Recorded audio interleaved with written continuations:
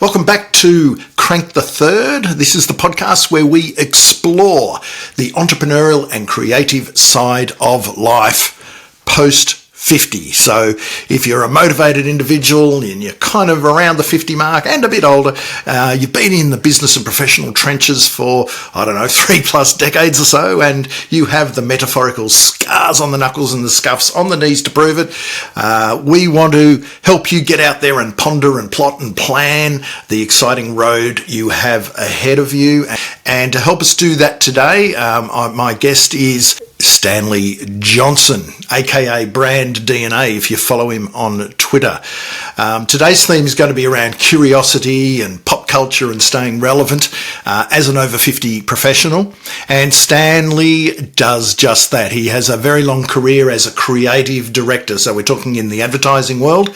He's been at award-winning creative agencies in London and Melbourne.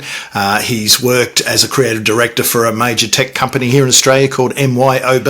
And now he's a freelance creative director and a partner in a creative consultancy called Stanley, and that's L-E-E and S-T-A-N, and he'll tell us all about that. But this is a far-reaching conversation.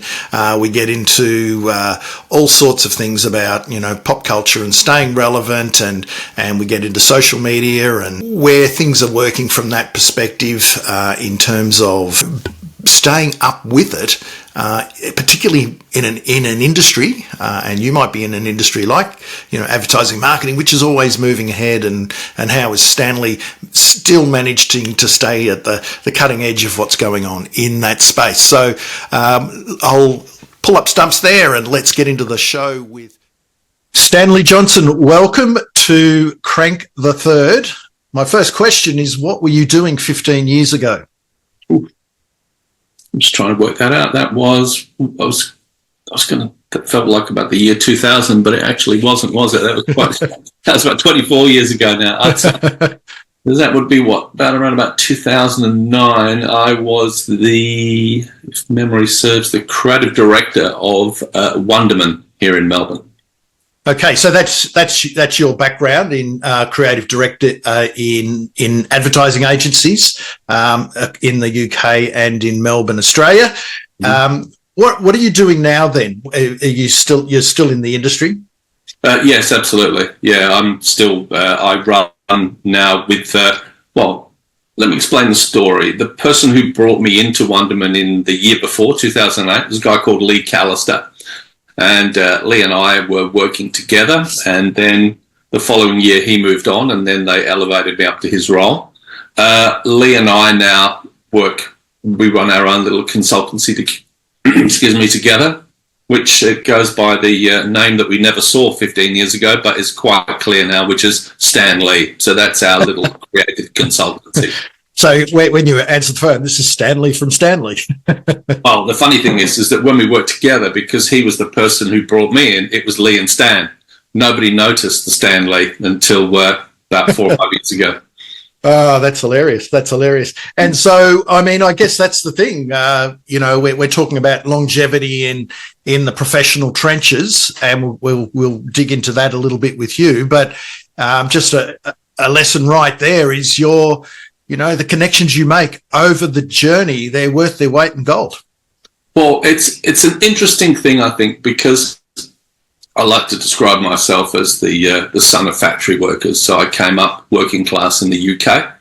And then you come into advertising later in life, where you realise a lot of people that you work with have come out of the private school system. So this is not a class warfare thing. But what they learn is about the importance of networking connections, which was something I'd never been introduced to. And so it's only as you go into the business and you start meeting and knowing people that you understand how those people are all helpful in their own way, one way or another. So for people who aren't in the advertising industry, can you just give us a snapshot of what a creative director does? Many years ago, I was in the Wellington airport, and the man at the counter looked at my passport, and he said to me, I won't do the New Zealand accent because that'll just be annoying, but he looked at my passport and he said, creative director, so what do you do? And no one had ever asked me that question before, to be brutal. And so I said to him, I help make ideas happen. His response to that, of course, was, oh, okay. I still don't know, but it sounds interesting. And he left it at that. So that's kind of it in a nutshell. Yeah, I don't have a bigger answer than that, really. I make ideas happen, which is which is quite ironic, Stanley, because you're very much in communication and getting a message from a brand so succinctly, and being able to put that across various formats, advertising formats for your clients. So, but it's all about very much ideas driven, creativity. You're more of a copywriter, and I take it Lee is more of the visual person. Yeah, I mean, that's the clear delineation that the world sees, but our currency is ideas. Yep. And so where those ideas come from doesn't really matter, but once we move into production, that's when we separate into our different skill sets. But the creative director is someone who basically looks at an idea and helps it take a leap to light speed. Anyone can have an idea, right? We're all creative. Anyone can have an idea. They are free. You quite literally reach up into the ether and grab one. But to make that idea and make it as awesome as it can possibly be, that's where the real creativity comes in. You've got to wrap that baby in cotton wool and hold its hand every inch of the way as you go through production and out into the marketplace. That involves not just finding the right people to work with along the way to bring that thing to life, but also building relationships of trust with your clients, because sometimes people get a bit nervous, so helping bring them along for the journey as well. The more trust you can build with a client, the better your opportunity of creating great work. So the interesting thing there too is that you've, in terms of creativity, and as you say, anyone, can have an idea. It's just how you shepherd those ideas into reality and take action, of course. But you've pivoted amazingly once before, and in your early days, as you were a weights and measures inspector, if I recall correctly from previous conversations, and that's about as far away from ideas one would think as possible. In fact, weights and measures, which Jeff Kennett privatised, like many things in life, and so that killed that career. But that was actually my second career. I did an apprenticeship. I did what my working class parents told me to do, which was leave school early, boy, get yourself a trade and you'll be set for life. So there I was at 16, a little bit lost, didn't really know what I was doing. And so I was taken by my dad down to the apprenticeship commission, where they did what I think today we would call a psych test. And they came back and the guy said that, Mr. Johnson, we don't really know what to do with him because we've never seen results quite like it. So looking back on that now, I can understand why. Right. At the same time, that going into an apprenticeship, working with businesses, working with your hands, making things, I draw on that even to today. It kind of set me up so that when I uncovered the creativity I never knew I had, it's helped me kind of relate and work with people in order to truly do work that people respond to. It helps to get out on the streets and talk to people and meet people in business and find out about them, not just what their problems are, but more about their lives and the way their businesses work as well. So my tradie background has come in incredibly handy, which when I began my career, I was actually embarrassed about. Yeah, it's really interesting that it just goes to show, and I guess over the journey that we pick up these skills and experiences and all sorts of things, and how they become useful down the track. Yeah, the great South African creative John Hunt of Hunt Lascaris once said that in order to stay at the top of your game as a creative person, you need to constantly replenish your toolbox. And where that kind of feeds from is about if you take a bus, get off a step earlier and walk. If you don't like football, go to a football game.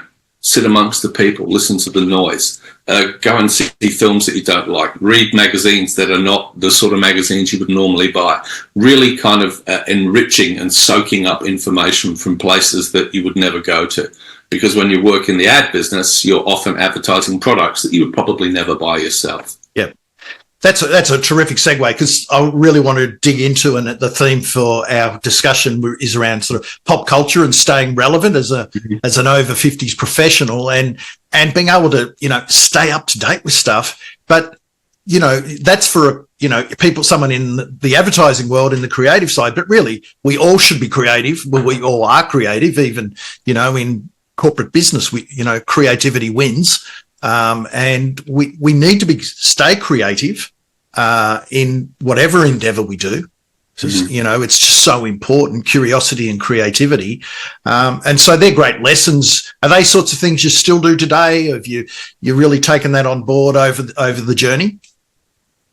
Can you just clarify what you mean by the question? Because I think it was such a long one, I kind of lost you in the middle. Yeah, sorry. I was talking about more about, creativity and curiosity. It's not just confined, obviously, to being a creative person in the ad industry, but in any business, an entrepreneur, a corporate professional. Creativity is it's the secret sauce, I think, for the success for a lot of people. So the advice that you took many years ago about getting out amongst the people and seeing things that you wouldn't normally do, and getting off one step earlier on the bus, is really relevant, not just to advertising, but anyone in business. Yes. There are some people who describe creativity as curiosity. I think you and I were chatting offline before we fired up this thing around the word curiosity as well. And I think curiosity is the word, really. Yeah, it's being natural. It's being an interesting person who is interested. Yes, and that's interested in a lot more than maybe you would normally be. I agree 100%. That's certainly a phrase that I've used, and it's something I've continued to sort of, I guess, I don't know whether I've developed curiosity or whether I'm naturally curious. I mean, I've got a journalism background, and I think journalists are naturally curious. So I'm a kind of a writer. You're a writer, so you're probably going to be naturally curious as well. Do you think it's something that you can develop? Yeah, I think it's a bit like muscle memory, really. I can't remember who it was that said that the creative adult is the child that survived the school system. But there is definitely something in that, it's just, I don't know. It's a really hard one to say. But yes, I do believe it can be. So, when digital media started to kind of take hold within the industry at large, there was a lot of people who felt that advertising agencies, as we knew them then, were old-fashioned, old hat, and their primary problem was that they had a department that was called the creative department, because they believed that anybody could be creative, which is true. Everybody is creative, but people who can develop and come up with ideas under duress, on brief, on brand, with no money, no time, those are people that do it for a living, which is very different to kind of the way it's generally done. Yeah. But the curiosity thing, I think, is the key to everything. It's just being interested in stuff. Now, I've known you for quite a few years now, from those early days of, we talk about the early days of digital media and social media and stuff like that. And you were an earlier adopter. I feel that you're an early adopter on everything, a lot of stuff digital. Mm-hmm. How important was that? When were you on Twitter, for example? Can you remember when you joined Twitter? I know I did it in 2007, and I'm sure we probably... Well, that was how we met, I think, yeah. But so my kind of thing so we're going to talk about social rather than digital media. Yep. I've been doing digital since Rupert Murdoch coined the phrase "the information superhighway." So I was fortunate enough to kind of get in early there. But the whole concept of social media, I started I took a sabbatical year. I was a bit burnt out from work. I took a sabbatical year in '04 or '05, I think it was, and taught at RMIT in the advertising degree. And one of the things I wanted to do was to bring new media, as it was known then, or digital, into the course, because there didn't seem to be a lot of it. It was very much rooted in the past when the industry was changing almost daily.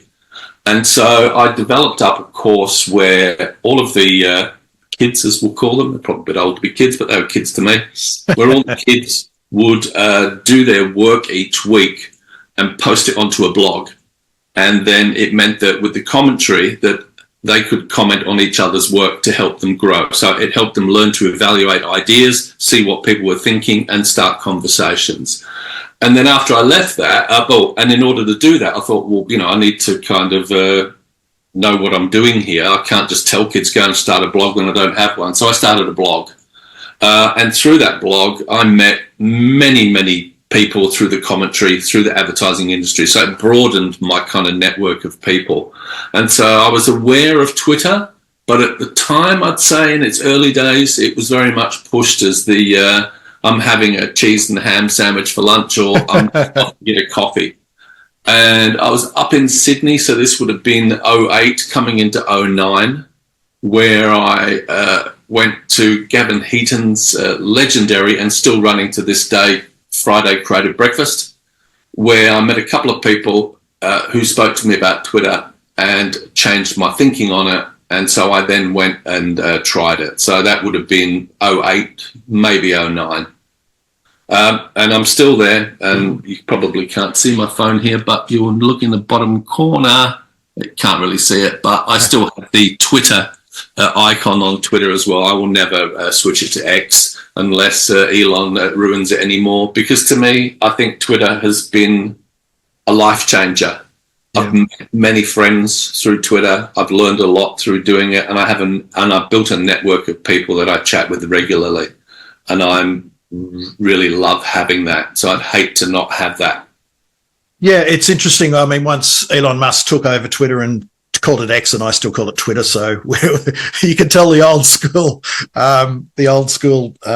adopters of Twitter, they still call it Twitter. But for a while there, the people I followed, I couldn't see their tweets anymore. Like it just they didn't pop up, and you were one of them. And I made an effort to probably like and do a lot of stuff with your tweets, so they kept popping up because I've followed you for a very long time. I know you blogged for 15 years, from around 2005 to pulled up stumps in about 2020. But going back to Twitter, sort of, for example, that's how I can tell that the sort of things that you're looking at, and you've still got an opinion, and you're still poking people in the metaphoric eye. How important is it to stay a little bit cynical of the world? Yeah, look, I think cynicism is probably not a good thing, really. Skepticism is skepticism. Sorry, yes, yeah, yes. Yeah. QED, question everything done. That's my kind of way of looking at stuff. But yeah, it's interesting the Twitter thing, because I think we all in the early days started amassing followers. And I don't like the term followers, because you get all these followers, but then what happens is you've got so many of them that then the people that you chat to regularly, they don't pop up as much. They're probably out there, but because you've got so many coming through, you probably don't see them. And so I set up a kind of like a list. Back when Twitter lists were a thing, they seem to have been deprioritized in the X makeover, but they're still there. And so my list of Stan's faves is the one that I look at in the morning, which has got all the people that I chat with regularly, people I'm interested in, people's opinions I trust. And then, if I'm up for a casual browse, then I go into the broader group. Which on any given day you could get any given thing. It's the platform's changed significantly. Going back to the blog, so your blog was called Brand DNA. Your Twitter handle is Brand DNA. You started blogging because of you were teaching at university. You kept it going for 15 years and stopped it in 2020. How hard was that to stop, given it was because you were very prolific? I think you're almost daily or for a long time. Yeah. A, what did you get out of blogging? And B, how hard was it to stop? Yeah, I got a lot out of it. As I mentioned earlier, I met friends through blogging. So before social media, it was for me the original social media. Yeah. And it all happened in the comments more than anything else. Which don't happen today, the comments. No, because that conversation moved across to Twitter. Yep. But yeah, when I started, I used to get frustrated by people whose blogs I liked that then suddenly went silent for a while, and then they'd pop up with "Oh, hey, I'm back," and it's like, yeah, no one missed you anyway, so it didn't really matter. But I made a commitment to myself that I would do it every weekday, so 5 days a week. Yep. Which I did do for probably the best part of 15 years. Why did I stop? Because in the year 2020, my wife and I had sold our beautiful house and were building a house on the Mornington Peninsula. The builder declared themselves bankrupt, and we lost a significant part of our life savings through that. So I was feeling pretty flat. And then on top of that, I lost my job, and then along came COVID. So it was all just, honestly, it was all just too much. I couldn't be bothered with it anymore. I couldn't think clear enough to care about my couple of hundred words a day. So I pulled the pin. Did anybody notice? Probably not, to be honest, but it's still out there on the internet. There's still 15 years worth of stuff, and I regularly go back and have a bit of a browse through and find interesting stuff, which I share through the Stanley Twitter from time to time. How important do you feel it just the act of writing and sharpening your thinking and your ideas and as part of the whole curiosity and staying creative, how important was writing that blog to you? I think it was important. I do. And I think becoming a regular Twitter user was possibly more important again, because in its original format with 140 characters, I'm a person who never ever does text speak. I send an emoji for a laugh, but I don't ever shorten the words or kind of that. So if I've got 140 characters and I've got an opinion I want to share, I will spend as long as it takes to make it fit within the maximum amount of characters. So working on Twitter has made me a better copywriter/writer, because it allows me to be succinct, sharp, and I was going to say pointed, but I think that's the same as sharp. But it actually helped me as a writer. I'm also able to kind of work a little kind of quicker when it comes to headlines and things like that as well. Do you feel that, to stay relevant, social media is important, but more broadly, digital media and just technology generally? And I guess we can get onto the AI question there. How important is it to stay tech savvy? I can't speak for everybody else, so I don't actually know, because I know some perfectly super talented people who have no interest in any of that stuff. But it's been helpful to me. I think, as you would know, Trevor, once you get a bit older and you get married and you got kids and you're not kind of, going out and seeing bands every Friday and every Saturday and then lying in bed on Sunday with a headache and then meeting your friends for lunch, once that kind of drops off your regular radar, you're not out exposing yourselves to stuff like you used to. And so how else can you kind of stay in touch and kind of do and learn stuff? So I think it's the curiosity, but I'm a dabbler. My old man was someone who was always tinkering under the bonnet of his car. If he bought anything, he never read the instructions. And so I follow that remit. I like to tinker under the bonnet of the internet, as they say. And I guess with that too is, I really like what you just said about, to stay, not to stay creative, to stay curious, you've got to expose yourself to different ideas, different cultures, different, things in pop culture. Like there's so many things, as you've said. But, just to get out of the house and do that, you're probably not doing it as much. We're not going into the office anymore. We're not going to a university anymore as much.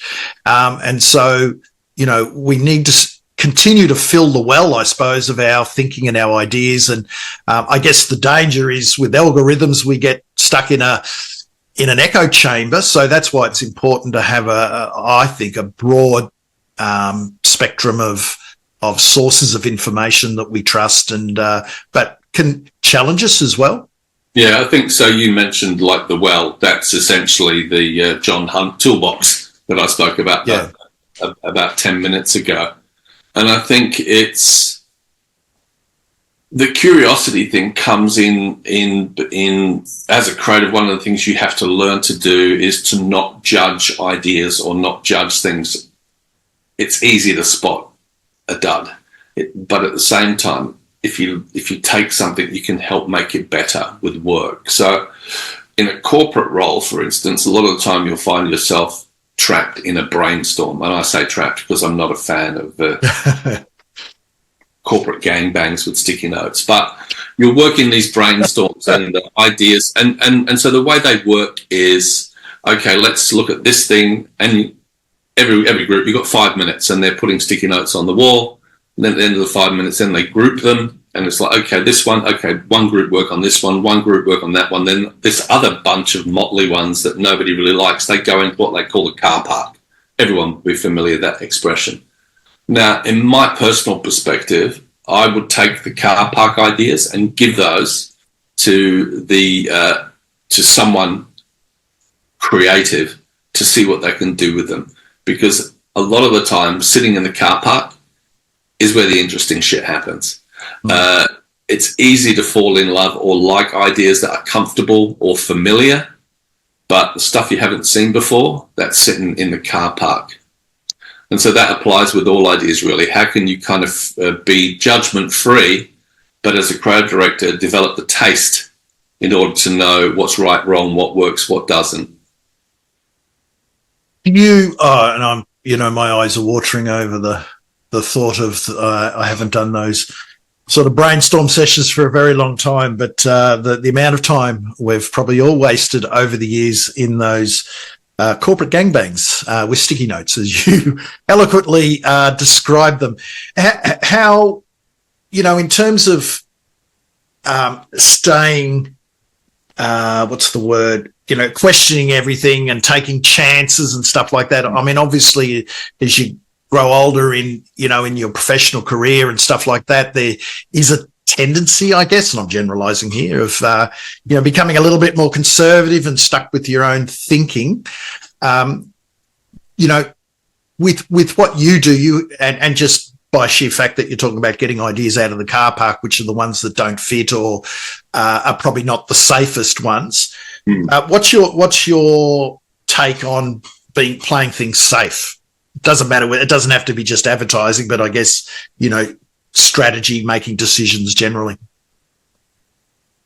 I think that, I don't think I know that there's a lot of risk aversion, and I think from my corporate experience, I'm not going to kind of talk a lot about that, but one of the things I'm conscious of is reluctance to make a decision, or who is the decision maker when there's a group of people involved in a project, or how do you make that decision? So the kind of analysis, the paralysis by analysis, as the cliche goes. I don't have a concern about that. If I worry about what people are going to think, then I'll never do anything interesting. An old creative director of mine told me when I was quite young, he said, if you want to be truly creative, you've got to be prepared to stand up and make a fool of yourself in public.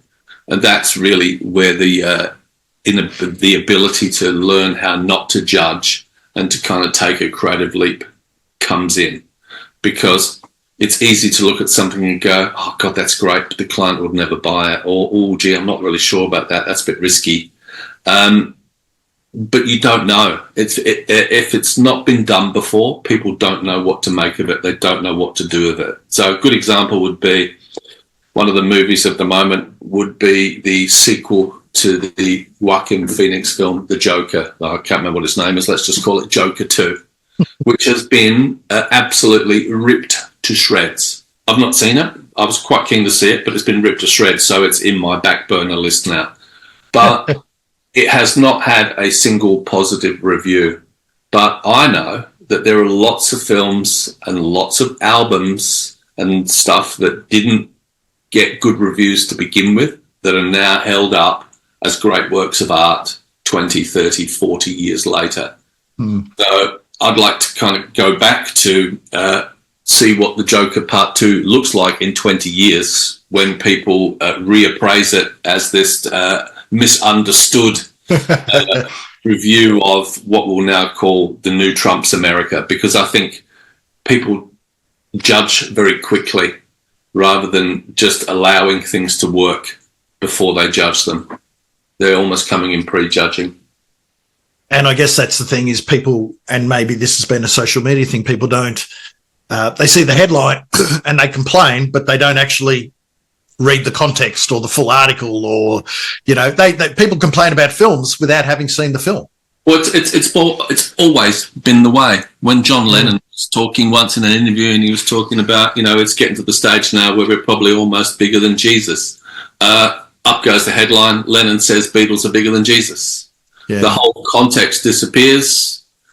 Crowds of people in America are burning Beatles records in giant bonfires. It happens that quickly. Martin Scorsese's The Last Temptation of Christ, a truly beautiful piece of film that took him 10 years to raise the funding to make, had people protesting outside. None of them had actually seen the film. All they knew was that, you know, it was called The Last Temptation, and it upset them. You know, you can't mess with that. So people always judge without knowing. Yeah, and it's worse than it's ever been. Yeah. Oh, absolutely. Yeah, it's been set on fire of late. It has. In terms of, I just said before that, you know, as we spend decades in the professional trenches, and, you know, got the scuffs on the knees and the scars on the knuckle to prove it.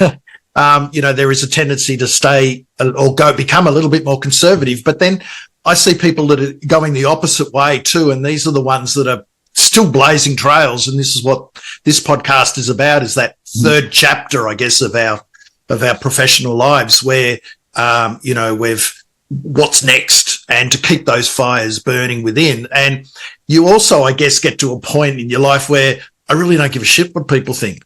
And I think that there's two ways to go. You either become conservative and go even more in your shell, who are probably not as much of the people listening to this podcast, or the ones that want to continue to push boundaries and what's the next thing, and to stay hungry, I guess. And to do that, you know, how many times do you see people say, "Oh, I turned a certain age," or whatever, and I don't care what people think anymore. You know, it's not as important as it was when you're going up the corporate ladder.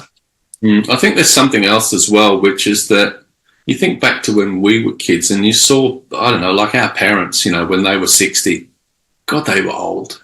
You know, I remember going, like my parents were living down in Adelaide. I remember flying down to surprise my dad for his 50th birthday.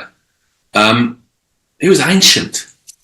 You know, and I'm past that age now, and I may look ancient, but I certainly don't feel or think like it. You know, on the inside, it's the same. It's actually, I think, a better brain than it was 20 or 30 years ago. It's just the outside that's falling apart. I haven't maintained my car wash and polish. I've spent all my time tinkering under the bonnet, keeping the engine. I love it. You are living a quieter life now, though. You know, moving from the hustle and bustle of the city to you now. Tell us a little bit about, you know, you're living in the hills now on the outskirts of Melbourne. Is that right? Yeah. So as I touched on earlier about closing off the blog, my wife and I originally we were looking to build a house in the Mornington Peninsula on a very steep block of land, looking out to the water. Once that all fell over and we lost all of our money. We had a small amount of money and we were like, okay, let's see if we can get back into the marketplace, because we'd been out of it. We'd been renting for 4 years as well. And look down at the peninsula. What do we got? We've got with our budget now, we were going to end up in a townhouse somewhere in like Safety Beach. That wasn't what we wanted. We didn't want to move to the peninsula. We wanted this idyllic, as I'll call it, a house of a hill, not on a hill, of the hill. So it sat in nature. And so my wife had been doing a bit of work with a seamstress up here in the Dandenongs, and she said, "Oh, maybe we should look up there. It's beautiful up there." So I started doing my research, looked at 2 houses. This was the second one. As soon as we parked in the driveway, once we managed to find the joint, because it wasn't easy to get to, and walk down the incredibly steep driveway. But once we walked down, we looked out and it was like, wow, this is incredible. And we put the offer in that day. It's very rare that you find somewhere that feels like home, but it's exactly what we wanted. So I think it was Le Corbusier who said that you should build a house of the hill, not on the hill. This house sits in the hill, surrounded by trees, looks out across the valley. Birds come and visit us every day. Echidnas wander through the garden. It's truly magical. It's a beautiful place to be. And the house is built upside down, so you enter on the ground floor where the bedrooms are, and then you go downstairs to the kitchen and the lounge area. But it has a balcony that sits out the back, which basically is the most idyllic place to just sit. And I think I do a lot of work sitting out there. I've done plenty of these kind of Zoom call chats, sitting outside, surrounded by plants as well. It's just a wonderful place to be. It really is. And so what's a day in the life of now? I mean, you go back a few years and, you know, going into the agency and dealing with people and doing all that sort of stuff. And some people have gone back to that life and others haven't. But you kind of have now got, you know, this, you're a freelancer plus you've got the creative consultancy. Do you do separate things outside of the creative consultancy? I do occasional projects with friends, but most of my time is spent working with Lee on our clients. You know, we've got a couple of nice little clients that we work with. But my average day, I think if you go and look on the Stanley website, you'll see it there. But our thing is that we were 2 creative directors who had gotten fed up working with what we'll call the top end of town. You know, where everything goes through a committee, where everything takes forever, where you can have a truly great idea, but our learned friends in the legal department like to chip away at it. And so we wanted to kind of take that top end of town thinking that smaller businesses and startups could not afford or get access to by going to big agencies and offer them that same quality of thinking. And so that's what we do. My average day, that was what you asked, wasn't it? Yeah. So look, before I tell you that, I have to say is that there is nothing I love better than working with people and running a creative department, being a creative person. I love doing that. I really do. I would be more than happy to be setting my alarm and going to the office every day. I really enjoy that. But at the same time, as it sits now, what I wanted was, with this idea of the sea change, which became the tree change, was to kind of do a bit less and to be more accepting of less as well. To kind of, I'm not going to say humble myself, but to kind of not be striving all the time, to be happy with life in general. And so my average day would be, I was going to say, yesterday's probably an interesting one to talk about with everything going on in America. But my yesterday began alarm set up to watch Liverpool clean up by Leverkusen in the European Champions League by 4-0. That, my friend, is a great way to start your day as a person who grew up in Liverpool. Today, got up, read my book for 45 minutes. I like to read in the morning with my breakfast, sitting out on the balcony, beautiful. I then take care of a few emails, or at least try to, because my computer had updated overnight, so I had to wait half an hour while it rebuilt its operating system. Then checked in on a client. We presented a project to them on Monday, just obviously with it being a public holiday. Just want to kind of check in on how that is. Next from here, I'll probably either pop down to the gym or take the dog for a walk. I'm not sure which. And then in the afternoon, I'll do a Zoom check-in with my creative partner, Lee, where we're doing 2 things at the moment. One is a project for a client. The other is some self-promo stuff for ourselves. That's it in a nutshell. I mean, it sounds it actually sounds quite busy, but it's not. But it's the way I like to work. You know, is that I've always, to be honest, I've always felt that I don't need 8 hours a day of work. I can get so much done in a flow state, 2 to 3 hours, and then just do whatever I need to for the rest.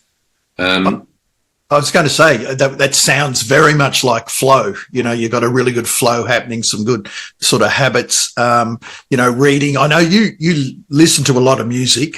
You're always talking about music. Do you listen to much music during the day? I mean, I know you're a music nut, but do you listen to music a lot during the day? My wife asked me that a very similar question 2 days ago when we were sitting outside. I think it was on Cup Day morning. I was sitting outside and she said, why do you always have music on? And my answer is, I don't know. I just do. I think, you know, you grow up. I don't know what it's like being a kid today, but when I was a kid, I grew up in a house where the radio was always playing in the kitchen or in the background. And then you get in the car and the car radio was on. So I've always had music around. I just like to have music. I don't know why. What were you listening to, I guess, before this morning? What was something the type of music you listened to this morning? I was listening to an album called, which just came out this week, called Enough by a band called Office Culture, who come out of Brooklyn, I think. Interesting record. The sort of wry, ironic hipsters of Brooklyn who probably... the sort of people that helped drag Steely Dan out of the easy listening yacht rock basket into the elevated, one of the great bands of all time status. That would be Bathing Culture. I was listening to that before we came on here. And then while I was sitting reading my breakfast, I was listening to some Philip Glass solo piano. That's a nice spread there, my friend, a nice spread. Both Brooklyn-based, interestingly. Yeah. In terms of, I know that you use vinyl a lot. Is everything vinyl? You're up and down all the time, or you just mix it up a bit? No, look, my record collection, as we'll call it, sat in storage for many, many years. And so when we moved up here, I decided it's time to kind of dust it off and get it out. So I still had my original turntable that I bought, I think, when I was 21. Wow. I kind of wish I still had the stereo because it was a magnificent Sansui setup. But yeah, I felt that that turntable was probably a little bit past its use by, so I bought a new turntable when we moved up here. If there's one thing I kind of had forgotten as being a regular listener of vinyl, is that you get 20 minutes and you've got to get up and turn it over. No. So I've got, I do listen to records. I also still, in the same way as I call X Twitter, I still call whatever Apple's music setup is in my computer, I still call that iTunes. And so I've got a massive, I have a giant, like 1 terabyte of storage on my laptop because I've got a ton of music on it. Because I don't use Spotify. I don't use streaming music. I find the whole idea of that kind of silly, really. It just doesn't feel right for me that music is there for free. I'm happy to steal some music on occasion, but the whole concept of it just being there for free, I don't get how people commit to the music by just kind of listening to it. Yes, it's a vexed question, isn't it? It's you know, as a music lover, you love the music, but you know, to be buying it all the time with an album at $50 or something now, where I gave all my albums away, so my hundreds and hundreds and hundreds of albums. How forward thinking was I? This will never come back, so I basically gave them all away.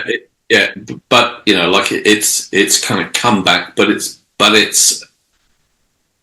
may seem kind of it's come back and it's mainstream to us, but really it's like a 1% of kind of people out there in the world. Of course. That sort of stuff. I think one of the things about Spotify and stuff like that, and I'm sure that the other things do it as well, is this whole algorithm and the recommendation engines. I'm not interested in being recommended stuff, because if you like this, then you'll like that. Yeah. You want to explore more randomly, more serendipity? Yeah. I like a happy accident or something.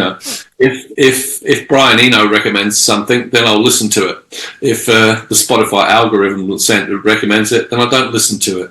If Amazon says, "Oh, you bought this, you'll like this," 99% of the time, what it's recommending is something I already own. Yeah. Which I find incredibly frustrating as well. So yeah, I'm a tad skeptical of algorithmic recommendations, I'm afraid. So we've covered a lot of territory here, Stanley. Thank you very much for your time. And just like to sort of finish it off, for any people who are in this third chapter of their professional life, they're either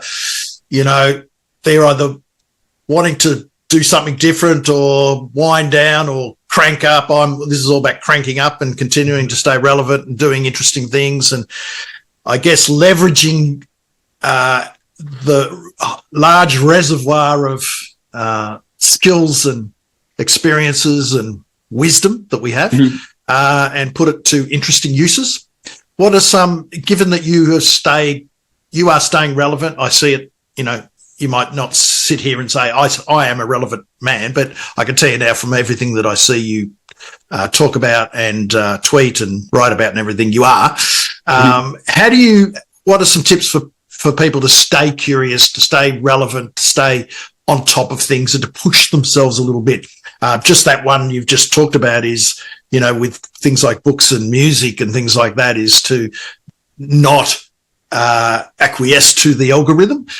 So I'll add that as a bonus tip. But what are some things you think how people can stay curious and to work that muscle, that curiosity and cultural muscle? I don't remember who it was that said stay hungry. I think it's as simple as that, really. Steve Jobs, I think. Yeah. And I think he's right. And I like that you call this, like the third, because I always think of the fourth quarter, from a football perspective. But if you're in the fourth quarter, well, there's no fifth quarter. And that's probably, I appreciate that you're not talking to me about being too old to do this stuff, because I don't think there is anything as too old. I think about William Burroughs, the great creative and writer who published The Naked Lunch when he was about 50. I think about Picasso, who was still painting when he died, and I think he died at around about the age of 90 or something like that. And so I don't think that age is an issue. It's just keeping fresh, staying hungry, as Steve Jobs said. If I think back to, I remember you and I did a little bit of work together when I took the role in MYOB.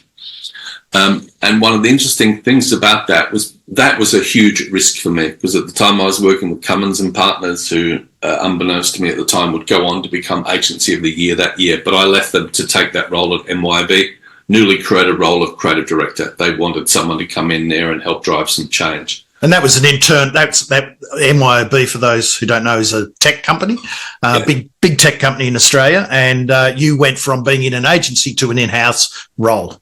Yeah. So being the creative director of the business, I looked after interior kind of agency people, but also had influence across the business as well. But I remember at the time when it's odd when you get headhunted for a role that you're the only person for, and then you have to jump through more hoops and kind of interviews than you would ever expect along the way. But one thing I do remember was talking to the headhunter who had said to me that the person who was hiring had said, "Love Stan, love the look of him, really switched on, but do you have anybody who's younger and a bit more digitally centric?" Now, he should never have revealed that, but he did, and I'm glad that he did, because it really pissed me off. Because I thought that I came to advertising late in life, but looking back on it now, I was a hell of a lot younger then than I am now.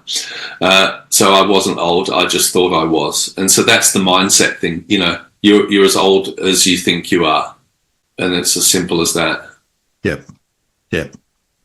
Fair call. I think that you're spot on. And it is about staying hungry and just exploring things that, you know, we're now seeing people get out and do that. And, you know, I was hearing a story the other day about someone who's just up digs and going overseas. You know, their kids have grown up, so they're just going to live overseas. And whatever happens, happens. And would love to do that. Well, my wife and I, when we went to London, most people that go to London go in their 20s. You know, they work in bars or they have a job and they get a job and they think. When we went, we were in our 30s with 2 small children. We spoke earlier about risk. There's no bigger risk than that. You know, walking a creative director's job, renting out the house that you'd bought and going to London. With no job to go to whatsoever. I think about that now. I'm gonna swear. That's fucking insane. Let me tell you, getting a job in London was a hell of a lot easier than getting a job when I came back to Melbourne 3 years later.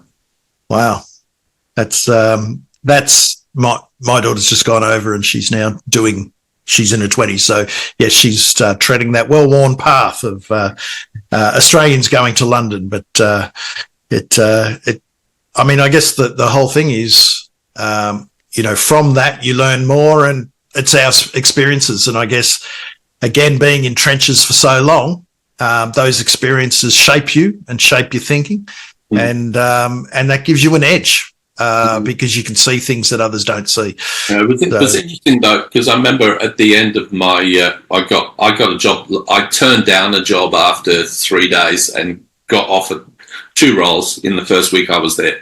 And the role that I eventually took at the end of the 3-month probation period, I went out for lunch with the chief creative officer and the executive creative director. You know, there's more layers of creativity than anything in these big London agencies.